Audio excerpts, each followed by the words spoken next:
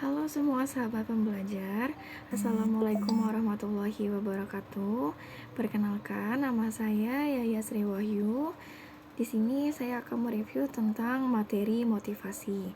Di sini sudah disiapkan 2 pertanyaan yang nantinya akan saya jawab.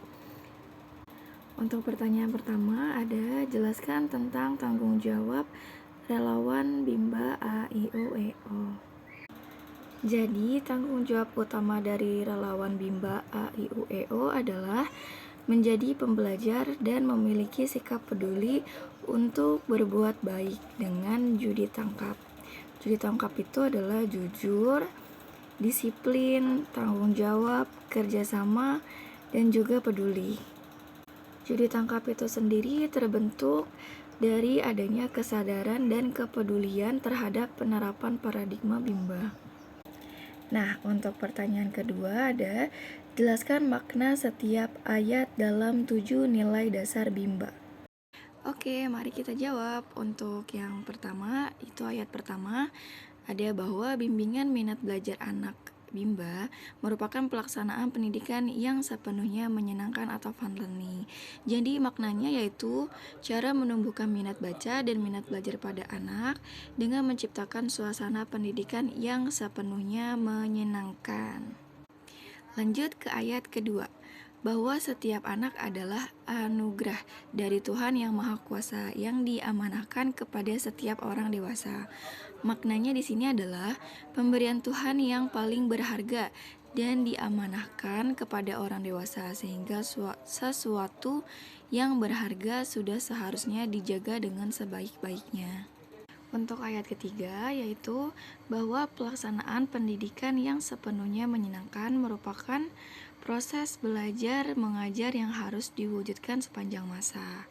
Di sini maknanya yaitu kita sudah mengetahui bahwa penting menciptakan suasana pendidikan yang sepenuhnya menyenangkan untuk anak agar minat belajar anak tumbuh dan terus menggelora. Jadi si anak ini minat belajarnya terus ada dan tumbuh.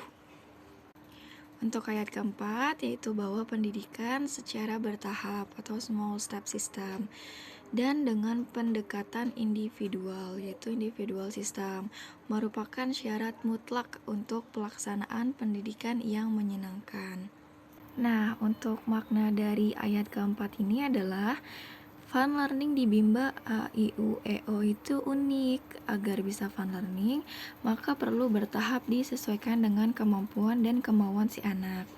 Jadi nggak instan. Kemudian dibimbing secara individual berdasarkan karakter dan kesukaan si anak. Nah, maksudnya di sini adalah setiap motivator membimbing kurang lebih 4 anak dan setiap anak berhak atas materi pembelajarannya masing-masing. Jadi tidak seragam materi yang diberikan. Jadi setiap anak itu bisa dapat materi yang berbeda-beda sesuai dengan kemampuan si anak sendiri. Nah, untuk ayat kelima, poin utamanya adalah bahwa bimbingan minat belajar anak Bimba merupakan hak anak, sekaligus kewajiban setiap orang dewasa. Nah, di sini untuk maknanya adalah yaitu komitmen bahwa Bimba merupakan bagian dari pendidikan, dan pendidikan adalah hak setiap anak. Sedangkan belajar bukanlah kewajiban anak, terutama bagi anak usia dini, melainkan menjadi kewajiban setiap orang dewasa untuk membimbing, mendampingi, serta memastikan anak mendapatkan pembelajaran yang layak dan sesuai. Untuk ayat ke-6, bahwa setiap anggota komunitas Bimba senantiasa menjadi manusia yang senang belajar secara mandiri sepanjang hayat. Di sini memiliki makna yaitu komunitas Bimba A.I.U.E.O adalah kita semua yang tergabung dan menyatakan ingin membimbakan dimulai dari dirinya sendiri. Jadi dalam artian di sini yaitu yang selalu senang belajar dan memperbaiki diri serta berbagi hal positif sepanjang hidupnya tanpa bergantung oleh siapapun ataupun terbatas oleh waktu dan tempat kecuali Tuhan yang Maha Penyayang. Untuk ayat ketujuh, bahwa setiap anggota komunitas Bimba senantiasa melakukan ikhtiar untuk mensosialisasikan kebimbaan kepada seluruh anggota masyarakat. Di sini memiliki makna yaitu sebagai komunitas Bimba tentunya sudah mengetahui dan merasakan manfaat membimbakan untuk diri sendiri. Maka sudah seharusnya kita saling berbagi dan menularkan kebimbaan kepada orang lain, dimulai dari lingkungan terdekat yaitu keluarga, hingga lingkungan masyarakat.